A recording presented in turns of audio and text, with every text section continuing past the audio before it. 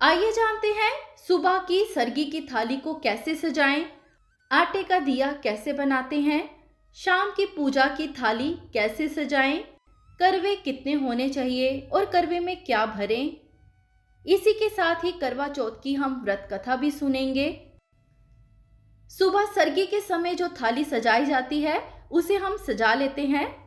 उसके लिए हम एक थाली में फेनिया, मठरी, सादी मठरी और मीठी मठरी, नारियल, मिठाई आप कोई भी ले सकते हैं, गन्ना, फल आप कोई भी ले सकते हैं, श्रृंगार का सामान,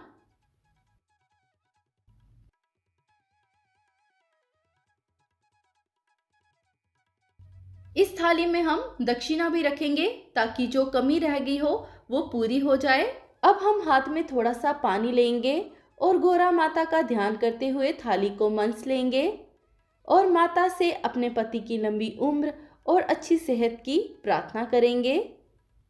ये देखिए हमने थाली को मंस लिया है। अब हम इस थाली को किसी ब्राह्मणी या फिर किसी ज़रूरतमंद को दे देंगे। शाम की पूजा के लिए हम आटे का दिया बनाएंगे। आटे को हम इस तरह से पहले गूंद लेंगे। यह आटा थोड़ा सा हार्ड होना चाहिए। अभी हमने आटे को अच्छे से गूंद लिया है। अभी 5 मिनट की इसे रेस्ट देंगे और 5 मिनट के बाद इसे हम एक बार फिर से गूंद लेंगे। और ये देखिए हमारा ये डो तैयार है।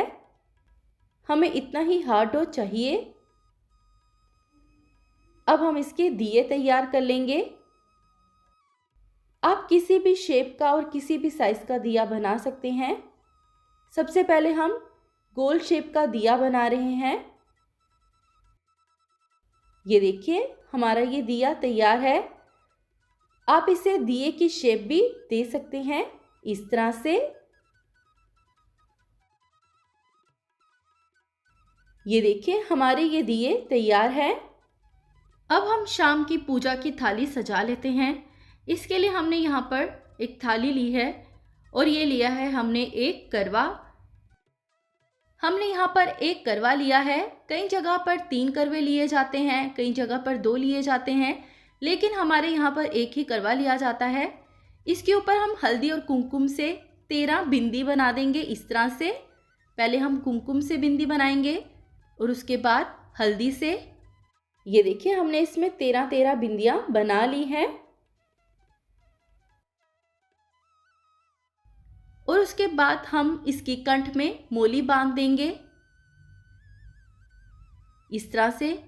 और इसके अंदर हम थोड़ा सा गंगा जल और साफ जल भर देंगे। इसके अंदर हम थोड़े से अक्षत, थोड़ी सी चीनी डाल देंगे। इसके ऊपर हम ढक्कन रख देंगे और ढक्कन के ऊपर हमने चीनी रखी है। अब इसके ऊपर हम दिया रख देंगे जो हमने बनाया था और इसके अंदर बाती भी हम डाल देंगे। शाम को पूजा के समय इसमें तेल डालकर हम जलाएंगे।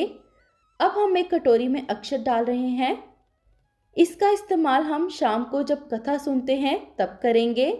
इसमें अब हम वह सामान रखेंगे जो हमने अपनी सासू माँ को देना है।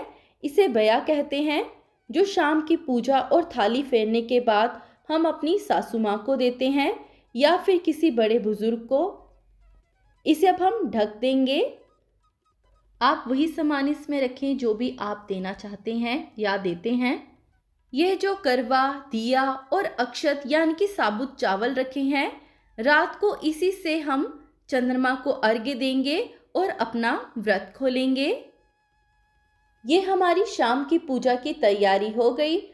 अब हम शाम के समय मंदिर जाएंगे, पूजा करेंगे, कथा सुनेंगे और थाली फेरेंगे। हमने जो अक्षत थाली में रखे थे उन अक्षतों को हम कथा सुनने से पहले अपने हाथ में रख लेंगे और पूरी कथा सुनेंगे। एक गांव में 7 भाई रहते थे। उनकी एक बहन थी वीरा। सब भाई अपनी बहन से बहुत प्यार करते थे। वह हमेशा साथ बैठकर ही खाना खाते थे। वीरा एक रानी थी जिसका विवाह उसके भाइयों ने बचपन में ही एक राजा से करा दिया था, लेकिन अभी उसका गोना नहीं हुआ था। एक बार करवा चौथ का व्रत आया। वीरा और उसकी भाभीियों ने करवा चौथ का व्रत रखा था। वीरा सारा दिन सुई धागे से कढ़ाई करती रही। दूसरी ओर उसके भाइयों को अपनी बहन की चिंता हो रही थी, क्योंकि वीरा सुबह से भूखी प्यासी थी। भाइयों से उसकी भूख प्यास सहन नहीं हुई, इसीलिए वह दूर एक दीपक जलाकर उसके आगे चादर टांग के रोशनी कर देते हैं और वीरा के पास जाकर कहते हैं कि चांद निकल आया। वीरा यह सुनकर बहुत खुश होती है और वह चांद को अर्घ्य देने के बाद खाना खाने बैठ जाती है। जैसे ही वह खाना मुंह में डालती है, उसके पति के बीमार होने की खबर आ जाती है, तो वह अपने ससुराल चली जाती है। वहां जाकर देखती है कि उसके पति के सिर से लेकर पैर तक सारी सुइयां चुभी हुई थी। कोई रानी वीरा को बताता है कि तूने सारा दिन जो सुई धागे से काम किया था, वही सारी सुइयां राजा को चुभ गई थी। अब तू सारी सुइयां राजा के शरीर से निकाल दे तो राजा ठीक हो जाएगा। यह सुन रानी शरीर से सुइयां निकालने बैठ जाती है। सारा साल वह सुइयां निकालती रहती है। एक साल के बाद फिर से करवा चौथ का व्रत आता है और राजा के शरीर में एक ही सुई रह जाती है। तभी गली में करवे बिकने के लिए आते हैं, तो रानी गोली से कहती है कि तुम राजा का ध्यान रखना, मैं अभी करवा लेकर आती हूँ। जब रानी करवा लेने जाती है तो पीछे से गोली राजा के शरीर में बची हुई सुई को निकाल देती है। राजा राम राम कहता उठ जाता है। राजा गोली को सामने देखकर सोचता है कि यह मेरी रानी है। रानी जब अंदर आती है तो देखकर हैरान हो जाती है। इस तरह से जो गोली थी वह रानी हो गई और जो रानी थी वह गोली हो गई। ऐसे ही समय बीतता जाता है।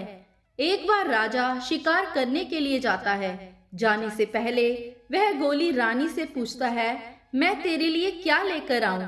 वह कहती है, मेरे लिए हार श्रृंगार का सारा सामान लेकर आना। फिर राजा गोली जो रानी थी उससे पूछता है कि मैं तेरे लिए क्या लेकर आऊं? वह कहती है, मेरे लिए 8 काठ की गुड़िया लेकर आना। जब राजा शिकार से आता है तो गोली रानी को हार श्रृंगार का सारा सामान दे देता है और गोली बनी रानी को 8 काठ की गुड़िया दे देता है। गोली बनी रानी 8 काठ की गुड़िया से हर रात बातें करती है। वह बोलती है, 8 काठ की गुड़िया आपको हड बीती बताऊं या जग बीती बताऊं? वह कहती है, चाहे हड बीती बता या जग बीती बता, जो रानी थी वह गोली हो गई, जो गोली थी वह रानी हो गई। एक बार राजा उसके कमरे के बाहर से निकल रहा था तो वह उस समय 8 काठ की गुड़िया से बातें कर रही थी। राजा को सुनकर बहुत गुस्सा आता है और वह उसका दरवाजा खटखटाता है। वह दरवाजा खोलती है। राजा बोलता है, तू सच सच बता, तेरे कमरे में कौन है? तू किससे बातें कर रही थी? वह कहती है, मैं 8 काठ की गुड़िया से बातें कर रही थी। राजा कहता है, कभी गुड़िया भी बातें करती है? वह कहती है, हाँ, 8 काठ की गुड़िया बात करती है। राजा बोला, बता कैसे बात करती है 8 काठ की गुड़िया? फिर वह बोलती है, हे 8 काठ की गुड़िया, आपको हड बीती बताऊं या जग बीती बताऊं? गुड़िया कहती है, चाहे हड बीती बता या जग बीती बता, जो रानी थी वह गोली हो गई, जो गोली थी वह रानी हो गई। राजा कहता है, इसका क्या मतलब है? रानी कहती है, हे महाराज, एक बार मैंने करवा चौथ का व्रत रखा था। मैं सारा दिन सुई धागे से काम करती रही। वह सारी सुइयां आपके शरीर में चुभ गई और उन सुइयों को मैं सारा साल आपके शरीर से निकालती रही। 1 साल के बाद फिर से करवा चौथ का व्रत आया और गली में करवा बेचने वाला आया। मैं गोली को आपका ध्यान रखने के लिए छोड़कर बाहर करवा लेने चली गई। आपके शरीर में एक ही सुई बाकी थी, जिसे गोली ने निकाल दिया और आप होश में आ गए। आपने गोली को अपनी रानी समझा। इस तरह से जो रानी थी वह गोली बन गई और जो गोली थी वह रानी बन गई। राजा ने यह सुन गुस्से में तलवार निकाली और कहा, मैं उसका सिर कलम कर दूंगा। रानी ने कहा, ऐसा नहीं करना। राजा ने तलवार म्यान में डाल दी। इस तरह से रानी थी जो रानी हो गई और जो गोली थी वह गोली बन गई और सब मिलकर महल में रहने लगे।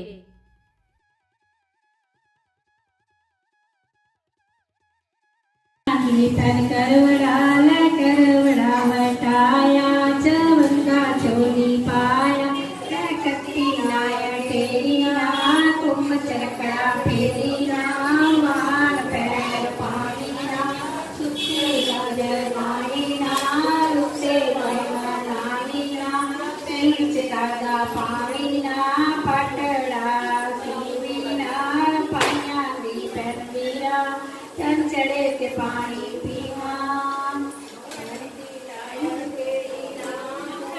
ककड़ा फेरी ना पानी ना तुझसे लगनी ना तुझसे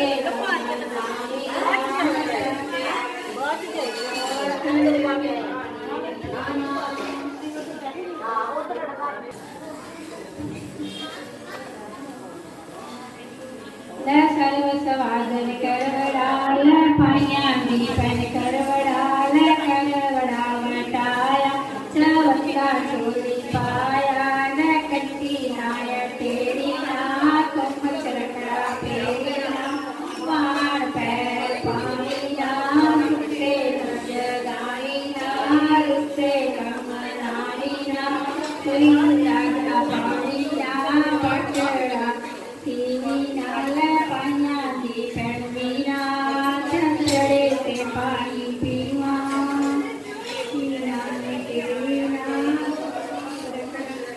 फेरी ना मार पैर पानी ना तुझसे लगावी ना तुझसे मनाई नाल पाया दी पैन मीरा चंचड़े से पानी पीवा ला सर्व स्वागन करवड़ा ला पाया दी पैन करवड़ा कट्टी नाय तेरी ना तुम चरकड़ा फेरी ना मार पैर पानी ना तुझसे लगनी ना रुसे मनाई ना तुई तागा पानी ना पटड़ा सीवी नाल सर्व स्वागन करवड़ा ला पाया दी पैन करवड़ा कट्टी नाय तेरी ना तुम चरकड़ा फेरी ना मार पैर पानी ना तुझसे जगावी ना रुसे मनावी नाल पाया दी पैन मीरा चंचड़े के पानी पीवा ला सर्व सवागन करवड़ा ला पाया दी पैन करवड़ा कट्टी नाय तेरी ना तुम चरकड़ा फेरी ना मार पैर पानी ना तुझसे जगावी ना तुझसे मनावी ना तुई तागा पावी ना पटड़ा सीवी नाल पाया दी पैन करवड़ा सर्व सवागन करवड़ा कत्ती नाय तेरी ना तुम चरकड़ा फेरी ना मार पैर पावी ना सुते जगावी ना रुसे मनावी ना तुई तागा पावी ना पटड़ा सीवी नाल पाया दी पैन मीरा चंचड़े के पानी पीवा वागन करवड़ा पाया दी पैन करवड़ा वटाया चवंगा चोली पाया खत लिया टेर लिया तुम चरकड़ा फेर लिया मान पैर पालिया सुते जगा लिया रुसे मना लिया सुईत तागा पालिया पटड़ा सी लिया पाया दी पैन करवड़ा सर्व सवागन करवड़ा खत लिया टेर लिया तुम चरकड़ा फेर लिया मान पैर पालिया सुते जगा लिया रुसे मना लिया पाया दी पैन मीरा चंचड़े से पानी पीवा हमने जो चावल हाथ में पकड़े थे उसे हम थाली में रख देंगे। इससे हम रात को चंद्रमा को अर्घ्य देंगे। थाली फेरने के बाद इसे अब हम मंस लेंगे। हाथ में हम थोड़ा सा जल लेंगे और अपने पति का नाम लेते हुए इसे हम मनसेंगे इस तरह से। इसके बाद इस थाली को हम अपनी सासू माँ को दे देंगे। अगर आपकी सासू माँ ना हो, जिसको भी आप बेया देते हैं, आप उसे दे सकते हैं। रात को चंद्रमा को अर्घ्य देने के बाद आप अपना व्रत खोलें। बोलिए गोरा माता की